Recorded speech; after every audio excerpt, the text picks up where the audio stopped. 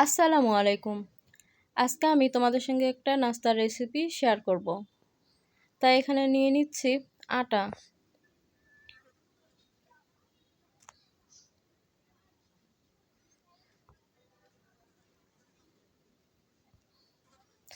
তারপর নিয়ে নিচ্ছি স্বাদমতো লবণ।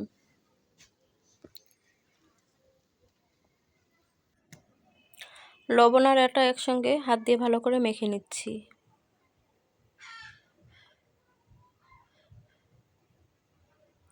আমার মাখা হয়ে গেছে।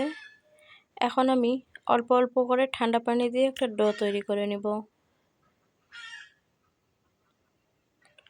পানিটা আমি অল্প অল্প করে দিয়ে দিচ্ছি। দিয়ে নর্মাল রুটি যেরকম আমরা খাই ঠিক সেরকম একটা ডো তৈরি করে নেব। ডোটা আমার তৈরি হয়ে গেছে।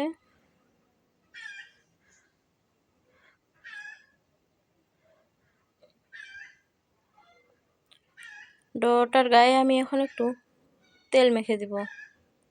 আমি এখানে সামান্য পরিমাণে তেল নিয়েছি, নিয়ে আবারও ভালো করে ডোটার গায়ে আমি লাগাই দিচ্ছি।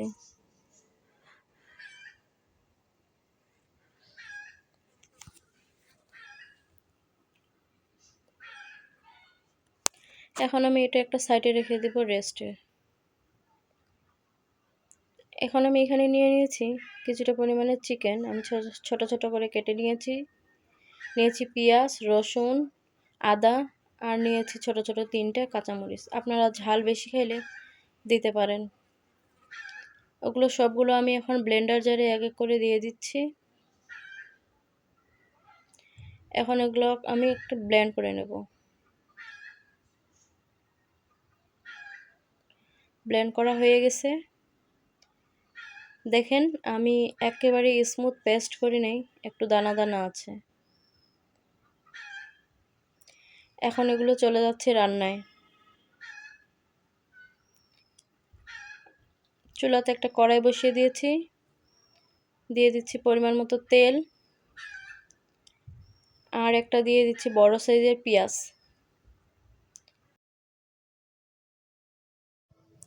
পেঁয়াজটা আমি নাড়াচাড়া করে নেব কিছুক্ষণ, পেঁয়াজের কাঁচা গন্ধটা চলে যাওয়া পর্যন্ত।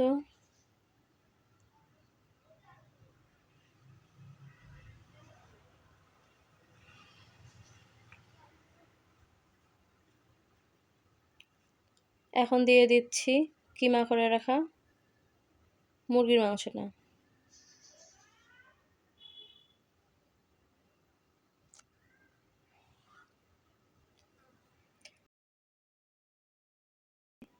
দিয়ে দিলাম লবণ,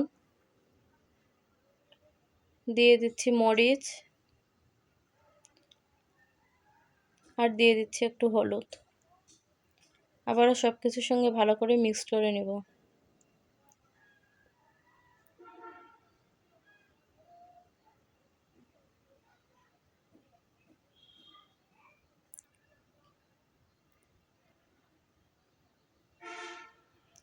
মুরগির মাংস তো তাই রান্না হতে সময় লাগবে না। আমি কিছুক্ষণ সময় নিয়ে একটু কষিয়ে নিচ্ছি।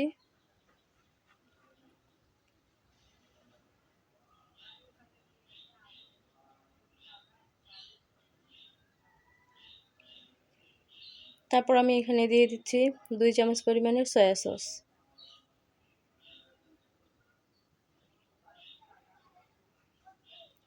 দিয়ে আবারও একটু নাড়াচাড়া করে নিচ্ছি যেন নিচে পড়ে না যায়। এখন দিয়ে দিব 1 চামচ পরিমাণের টমেটো সস। দিয়ে সব কিছুর সঙ্গে আবারও ভালো করে মিক্সড করে নিচ্ছি। আমার এই মাংসটা রান্না হয়ে গেছে। এখন এটা একটা সাইডে রেখে দিচ্ছি। এতক্ষণে আমার আটার ডোটা সফট হয়ে গেছে।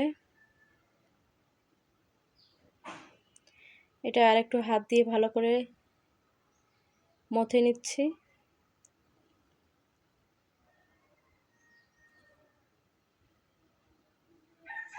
হাতে একটু তেল লাগাই নিলাম, তাহলে হাতে আর লেগে যাবে না।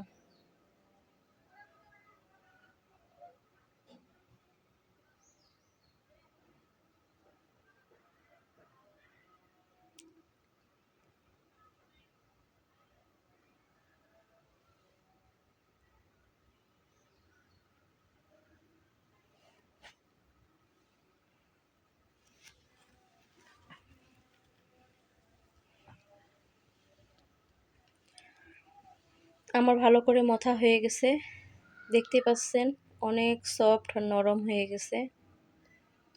আমি যেরকম বানাবো সেরকম করে একটা সাইজ দিয়ে কেটে নিচ্ছি।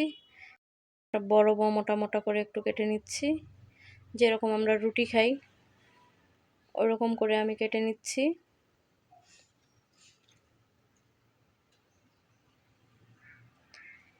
মাঝখানটা একটা বাটির মতো করে নিলাম।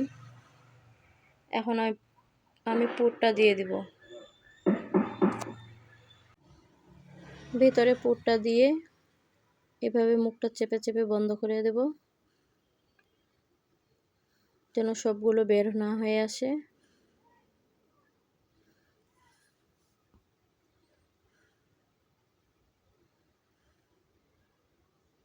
একটু চেপটা চেপটা করে দিলাম। যে পাত্রে রাখবো সেখানে আমি একটু আটা ছড়িয়ে রেখেছি, যেন নিচে না লেগে যায়। এখন আমি আরেকটা করে দেখাচ্ছি।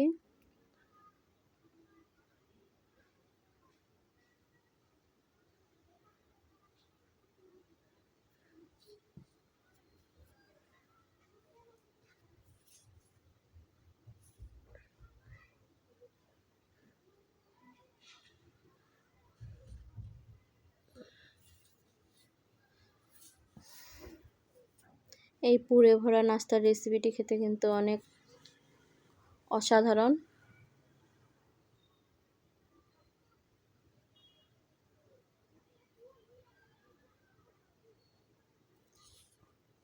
এইভাবে সবগুলো আমি তৈরি করে নিব। সবগুলো আমার তৈরি হয়ে গেছে। চলে যাচ্ছে রান্নার জন্য।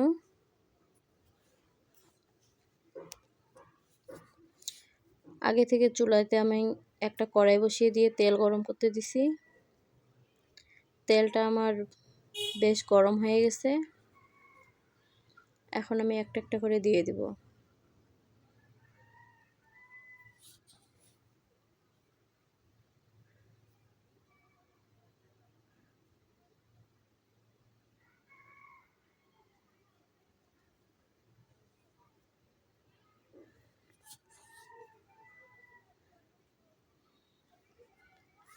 নাস্তাটা তৈরি করতে বেশি সময় লাগে না। আপনারা চাইলে বাচ্চার টিফিনে কিংবা বিকালের নাস্তায় খেতে পারেন।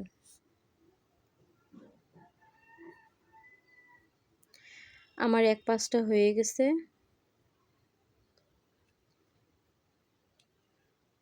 এখন আমি আরেক পাশটা উল্টিয়ে দিব।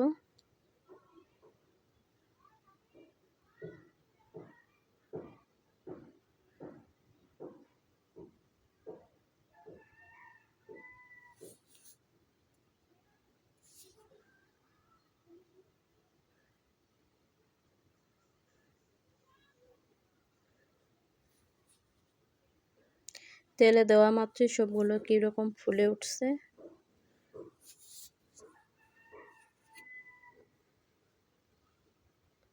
এখন আমার ভাজা হয়ে গেছে, আমি তুলে নিচ্ছি।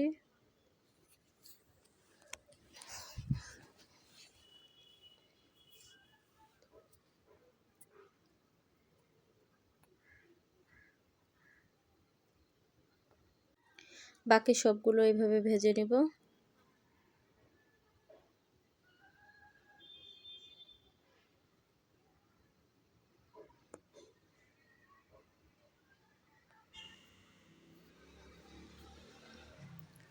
বাকি সবগুলো ভাজা হয়ে গেছে, এখন আমি তুলে নিচ্ছি।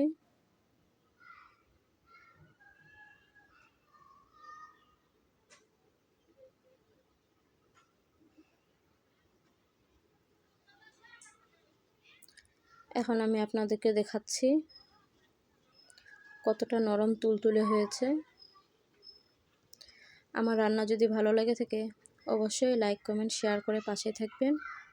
আজকে এই পর্যন্তই। আল্লাহ হাফেজ।